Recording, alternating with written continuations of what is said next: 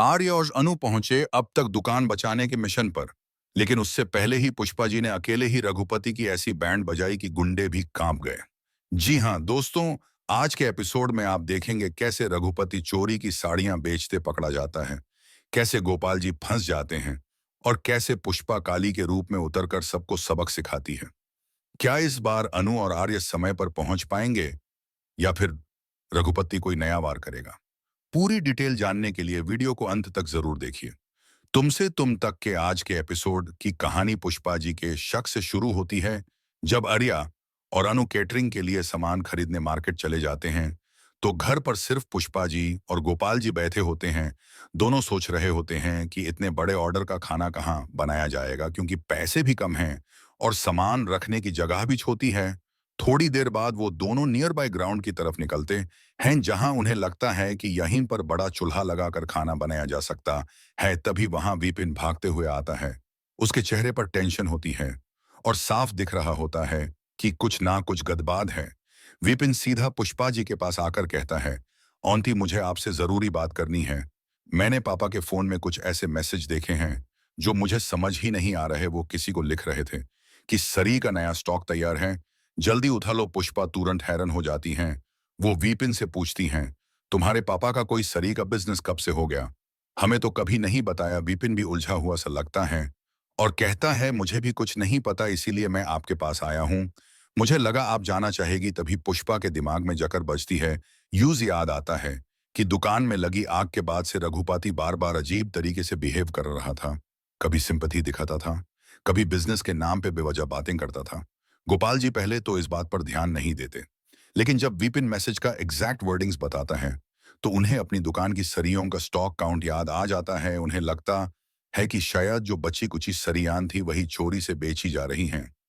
पुष्पा एकदम से सीरियस हो जाती हैं और कहती हैं, "अगर रघुपति ने हमारे दर्द का फायदा उठाकर गंदा खेल खेला है ना, तो मैं उससे छोड़ूंगी नहीं।" विपिन से पूछने पर पता चलता है कि उसके पास एक एक्स्ट्रा फोन है जो उसके दोस्त लकी का है, जिसका नंबर रघुपति के पास नहीं है। पुष्पा तुरंत प्लान बनाती है। वो कहती है, "यही से हम उसको रेंजे हाथ पकड़ेंगे।" वो विपिन से फोन लेती हैं, नंबर नोट करवाती हैं और रघुपति को रैंडम कस्टमर बनकर कॉल करती हैं। उनकी आवाज पहले बिल्कुल अननोन सी होती है। वो कहती हैं, "हमें शादी के लिए बहुत सारी शगुन की सरियां चाहिए। किसी ने आपका नंबर दिया, कहा आप सस्ती और अच्छी क्वालिटी देते हो।" रघुपति पहले थोड़ा डाउट करता है और कहता है, "सैंपल की फोटो भेज देते हैं, आप फोटो देखकर डिसाइड कर लेना।" तभी पुष्पा थोड़ी चालाकी दिखाती हैं और बोलती हैं, "हमें लगभग 150 सरे चाहिए। इतना बड़ा ऑर्डर फोटो देखकर नहीं डिसाइड कर सकते, सामने आके देखना पड़ेगा। अगर आप नहीं दिखाओगे तो हम कहीं और से खरीद लेंगे, पैसे की चिंता मत करना। इस बार हम कैश में पेमेंट देंगे।" इतना बड़ा ऑर्डर सुनते ही रघुपति लालच में आ जाता है। उसके दिमाग से सब शक निकल जाता है। वो तुरंत लोकेशन भेजने के लिए रेडी हो जाता है और कहता है, "ठीक है मैडम, आप इतने बजे इस जगह पर आ जाइए, मैं पूरा सामान ले आऊंगा।" कॉल कट होते ही पुष्पा विपिन और गोपाल जी को देखती हैं। दोनों के चेहरे पर गुस्से के साथ साथ दर्द भी होता है, क्योंकि जिसे दोस्तों की तरह अपनाया था वही उनके तुगदे तुगदे हो चुके घर का मजाक बना रहा था। पुष्पा दांत भिज कर कहती है, "अब सच सामने आएगा। रघुपति ने जिस दिन से मेरे पति को जलेल किया है उस दिन से मैं चुप थी, आज से नहीं रहूंगी।" गोपाल जी पहले शांत करने की कोशिश करते हैं, लेकिन उनकी भी आंखों में आंसू आ जाते हैं।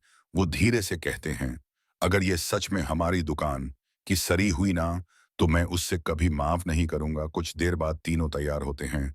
गोपाल जी छुप कर सरी के बंडलों की पहचान करने का इरादा रखते हैं।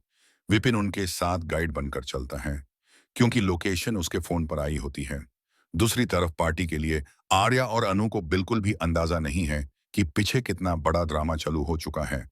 वो तो सिर्फ ये सोचकर खुश हैं कि इस एक ऑर्डर से घर का आधा कर्ज तो उतार ही जाएगा। अनु अपने मन में प्लान कर रही होती है कि कैसे टेस्ट और प्रेजेंटेशन दोनों मेंटेन करना है, लेकिन उसे न ये पता है कि उसकी जिंदगी के सबसे बड़े सच और उसके पापा की बेइज्जती का असली जिम्मेदार आज ही एक्सपोज होने वाला है। जब पुष्पा, गोपाल और वाइपेन एक सिक्लूडेड जगह पर पहुंचते हैं जहां रघुपति ने उन्हें बुलाया होता है, तो उनका दिल जोर जोर से धड़कने लगता है। चारों तरफ थोड़ा सुना सा माहौल होता है। एक पुरानी सी बिल्डिंग के पीछे कुछ बोरियां रखी होती हैं। थोड़ी देर रुकने के बाद वहां रघुपति आता दिखता है। उसके साथ दो तीन आदमी और होते हैं। जो क्लियरली उसके साथ हिस्से के लिए जुड़े हुए लगते हैं। वो लोग बोरियान खोल कर सरे दिखाना शुरू करते हैं। रघुपति उन्हें इम्प्रेस करने के स्टाइल में बोलता है, देखिए मदम, बिल्कुल नया स्टॉक है, आग में जो दुकान होगी उससे हमारा क्या लेना देना। हमने अपना जुगाड़ कर लिया है, आपको रेट में सबसे सस्ती पड़ेंगी। इतना सुनते ही पुष्पा का खून खोल उठता है। वो अपना पल्लू सर पर जोत कर आगे बढ़ जाती है और बिना अपनी पहचान बताए सरैया को हाथ लगाकर पलट पलट कर देखने लगती हैं। उसे तुरंत समझ आ जाता है कि ये वही डिजाइन है जो उसने प्यार से चुन चुन कर दुकान में रखे थे। अब तक गोपाल अपनी फीलिंग्स कंट्रोल कर रहे होते हैं, लेकिन फिर एक सरी के कोने पर उन्हें अपना ही छोटा सा पेग लग गया तक दिखाई देता है, जो वो हमेशा पहले स्टॉक पर लगाकर रखते थे। ये देखते ही उनका सब्र टूट जाता है। वो जोर से चिल्लाकर कहते हैं, रघुपति, ये सरियन मेरी दुकान की हैं। तूने हमारा घर जलाकर यहां धंधा चला लिया। लौटा दे मेरा माल, वरना आज मैं तुझे जिंदा नहीं छोड़ूंगा। महुआल एक पल के लिए जम जाता है। रघुपति हैरान होता है, फिर तुरंत संभल कर मास्क उतर देता है और असली रूप में आ जाता है। वो हंस कर बोलता है, अरे मेरे भाई, तुम्हारा घर किसने जलाया? किसी ने सर्टिफिकेट दिया है? क्या सबूत है? तुम्हारे पास दुकान जाल गई तो उसमें हमारा क्या कसूर? हम भी तो घर चलाने के लिए कुछ ना कुछ करे ही। गोपाल गुस्से में आगे बढ़ते हैं, लेकिन रघुपति इशारा करता है और उसके आदमी तुरंत आगे बढ़कर गोपाल को धक्का देकर नीचे गिरा देते हैं। उनके हाथ पैर बांधने की कोशिश करते हैं। विपिन ये सब देख कर डर जाता है, लेकिन पुष्पा का रूप अब शांत पत्नी से क्रोधित शक्ति में बदल चुका होता है। वो चुपचाप सब देखती रहती हैं और दिमाग में अगला कदम सोचती हैं। यहीं से कहानी में आगे जबरदस्त धामाका होने वाला है, जहां एक माँ अपने पति और परिवार की इज्जत बचाने के लिए रघुपति के खिलाफ जंग का आरंभ करेगी।